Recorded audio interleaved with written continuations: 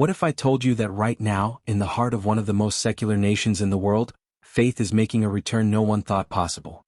What if I told you that in England, a land where Catholicism was once outlawed, where priests were hunted, and where the Reformation tried to erase centuries of faith, the Catholic Church is experiencing a comeback so surprising that even the experts are left stunned? In 2023, something extraordinary happened. On Easter alone, over 1,500 adults were welcomed into the Catholic Church across England. That wasn't just a number, it was a 25% increase from the year before. Think about that. At a time when many thought religion was finished, the Catholic Church in England grew in one of the most public, powerful ways possible. And that was just 1 year. Across the country you can see the signs. Latin masses are packed to the doors.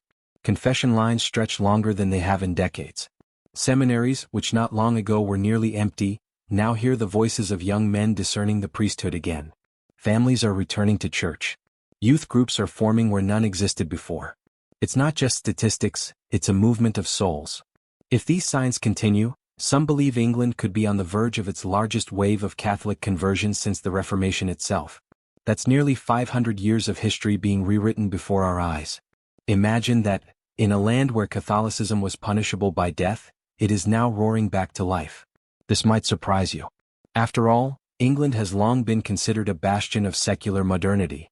The place where faith was politely pushed aside, where churches were turned into museums or coffee shops, and where belief was often considered a thing of the past. But something is changing.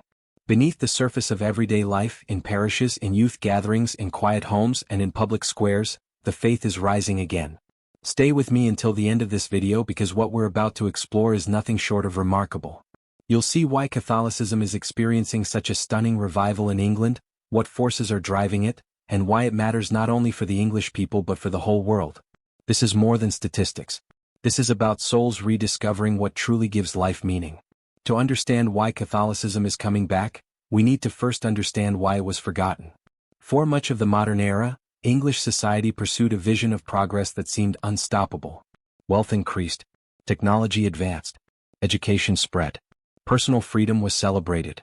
Religion, meanwhile, was quietly pushed to the side. It was said that reason, science, and progress could give us everything we needed. For a while it seemed to work. London grew into one of the most powerful financial centers in the world. Universities became respected across the globe. Life expectancy rose and standards of living improved. To many, the future looked bright without the burden of religion. But beneath the surface, cracks began to show. Because while material life was improving, spiritual life was fading. And no amount of money, technology, or personal freedom could fill that void. Look at England today. Despite living in one of the most prosperous societies in history, people are suffering. Loneliness is at record highs. Families are more fractured than ever. Mental illness, especially among young people, has soared to alarming levels. Reports from the Office for National Statistics reveal that many in the younger generation feel hopeless, disconnected, and lost.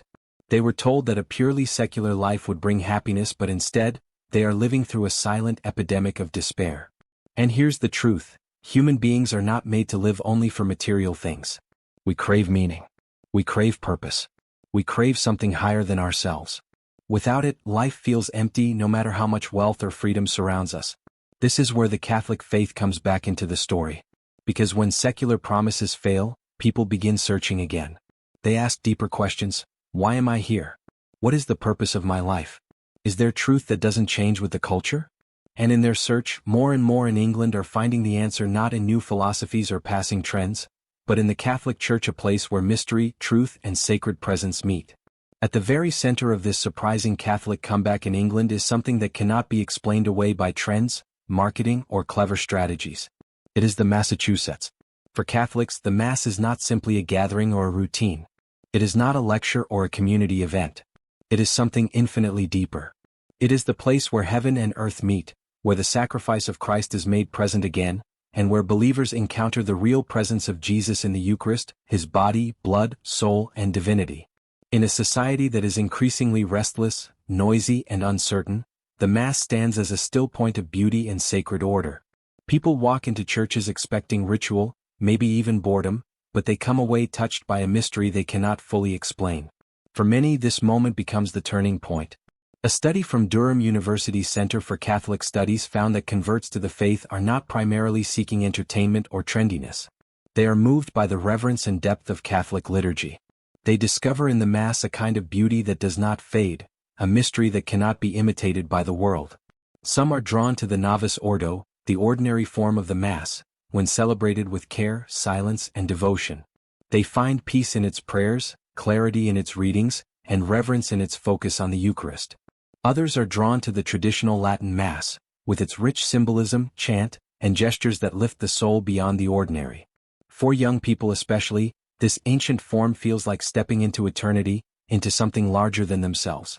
Both forms, when celebrated with reverence, are becoming magnets for seekers. And what's remarkable is that it's not about novelty. It's about timelessness. In a world where everything changes fashion, music, and technology, the Mass remains what it has always been, the sacrifice of Christ made present for his people. And in that permanence, people in England are finding the stability and truth they long for. Numbers and statistics are powerful, but they only tell part of the story. What truly brings this revival to life are the conversions themselves, the stories of men and women who have walked difficult paths and found their way home to the Catholic Church. Take, for example, the story of a university student from London. She grew up with no religious background, raised in a family that valued education and success but never faith. At first, she dismissed Christianity as outdated.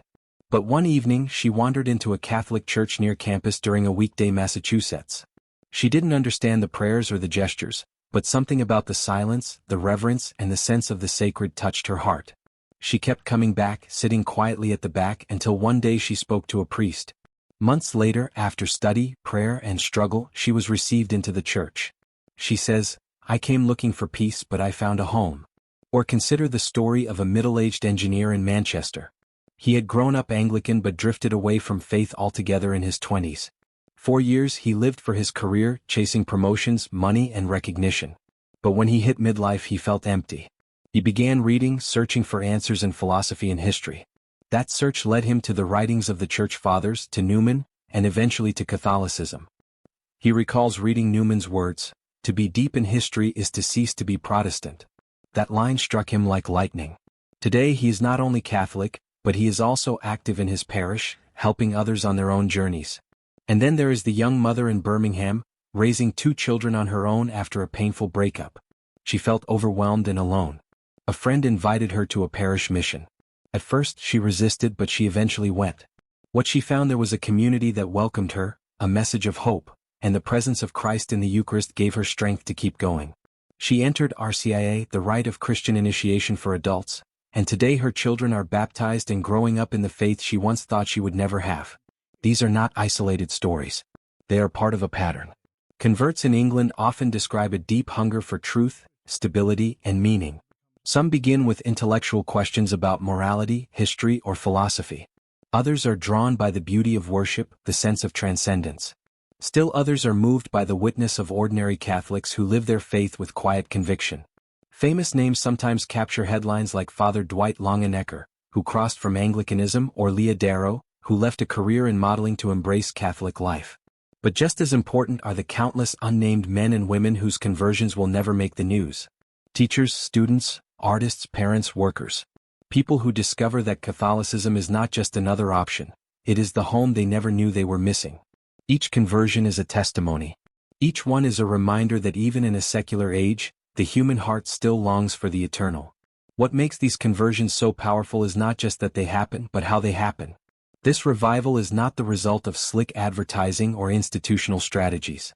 It is happening quietly, organically, through encounters with the sacred, through study, through personal witness. One priest in London shared that he has more people coming to confession now than at any point in his 20 years of ministry. Another parish in the north of England reported that its RCIA program has doubled in size in just 2 years. And these are not just returning Catholics, but people with no religious background at all, atheists, agnostics, and those from completely secular families. It seems that when the world fails to give meaning, people are willing to look in unexpected places. And what they are finding is that Catholicism, once thought to be buried by history in England, is alive with a quiet but powerful flame. If we want to understand why Catholicism is making such a stunning comeback in England today, we cannot ignore the past. England was not always a land of empty churches or quiet cathedrals. Before the Reformation, it was one of the most deeply Catholic nations in all of Christendom. For centuries, England was known by a title that still echoes through time: Our Lady's Dowry. This wasn't a poetic phrase dreamed up by a few pious monks. It was a national identity. It meant that the people of England as a whole were considered especially devoted to the Virgin Mary, the Mother of God. It was said that England belonged to her in a special way, a land set apart under her care. Shrines to Mary and the saints dotted the countryside. Monasteries flourished over 800 across the land, serving as centers of prayer, charity, and learning. Pilgrims traveled from every corner of Europe to visit sacred sites in England. Walsingham, founded in 1061 after a Marian apparition, was known as the Nazareth of England. It drew tens of thousands of pilgrims every year, second only to Rome itself. The faith wasn't a private matter. It shaped the rhythm of life. The bells of monasteries marked the hours of prayer. Feast days filled the calendar. The lives of saints were told and retold, inspiring ordinary men and women to live with courage and hope. But then came the 16th century and with it, the Reformation. Henry VIII's break with Rome unleashed a wave of destruction that tore at the heart of English Catholic life. Monasteries were dissolved, their lands confiscated, their libraries burned. Shrines were smashed. Relics were scattered or hidden. Walsingham, once so full of pilgrims, was reduced to ruins.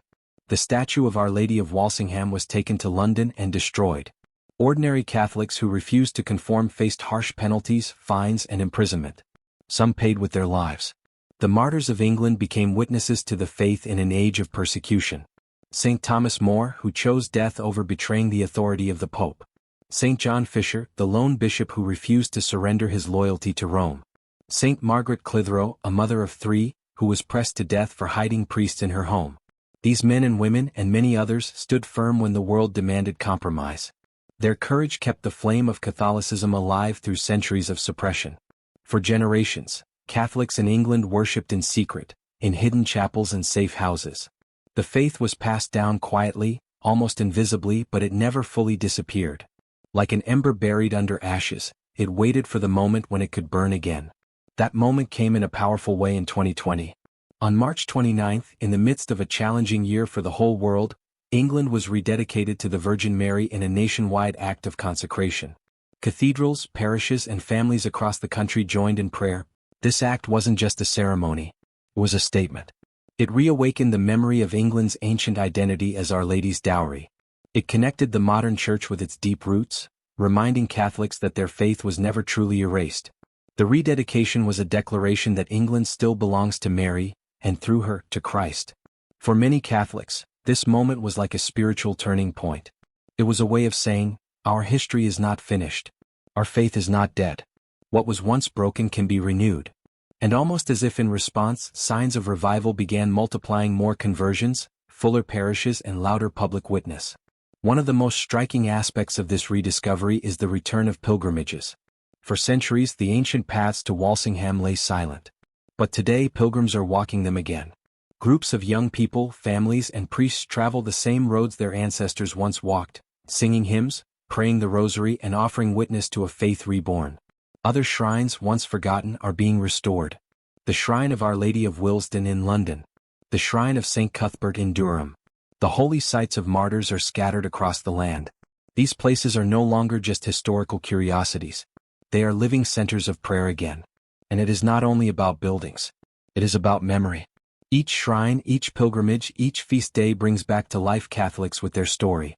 It reminds them that their faith is not an imported religion. It is woven into the fabric of English history.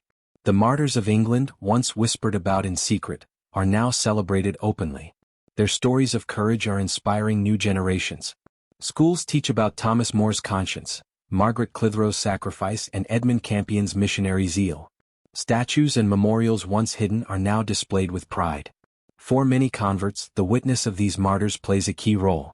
They see in them not outdated figures, but timeless examples of fidelity in the face of cultural pressure. They recognize that what the martyrs faced then is not so different from what believers face now, a society that often demands silence about truth. And their example gives strength. England's Catholic roots are also rediscovered through its art, literature, and culture. The poetry of Gerard Manley Hopkins, the novels of Evelyn Waugh and Graham Greene, and the philosophy of G.K. Chesterton all bear witness to the enduring influence of Catholic faith. These voices continue to inspire seekers. A young man reading Chesterton's Orthodoxy in a university library may suddenly see Christianity in a new light. A woman who encounters Hopkins' poetry may find herself moved by beauty that speaks of God. The Catholic imagination woven into England's cultural life still has power to awaken hearts. When we look at Catholic revivals throughout history, one theme always shines through. Wherever the Blessed Virgin Mary is honored, hearts are drawn back to Christ. And that is exactly what we see in England today. The title Our Lady's Dowry is not just a poetic memory of the past. It is becoming a living reality once again. Across the country, devotion to Mary is returning in ways both quiet and public. Families are rediscovering the Rosary. Parishes are reviving Marian processions. And shrines once reduced to ruins are alive with pilgrims. Another sign of hope, perhaps the most surprising of all, is the rise of a bold Catholic youth movement in England. For decades, people assumed that religion was fading from the lives of the young. Churches across Europe saw dwindling attendance among youth. Surveys suggested that younger generations were increasingly secular. But what we are seeing now tells a different story. In gatherings like Youth 2000, the Flame Congress and New Evangelization Ministries, crowds of young people come together for something radically countercultural: Eucharistic adoration, prayer, and the sacraments. These are not casual meetups or social clubs. They are intense experiences of faith, where the Blessed Sacrament is placed at the center, where music and silence lift the heart, and where young Catholics are taught to live with courage and conviction. The question is no longer whether revival is possible, but whether you will take your place within it. And if this glimpse into God's enduring work has awakened something in you, don't let it fade. Share it. Live it. Let it transform not just your view of religion but the direction of your life. Share your thoughts in the comments below. How do you see faith moving in your own life or community? And before you leave, make sure to like this video, subscribe to the channel, and turn on notifications so you won't miss more stories of faith, hope, and renewal.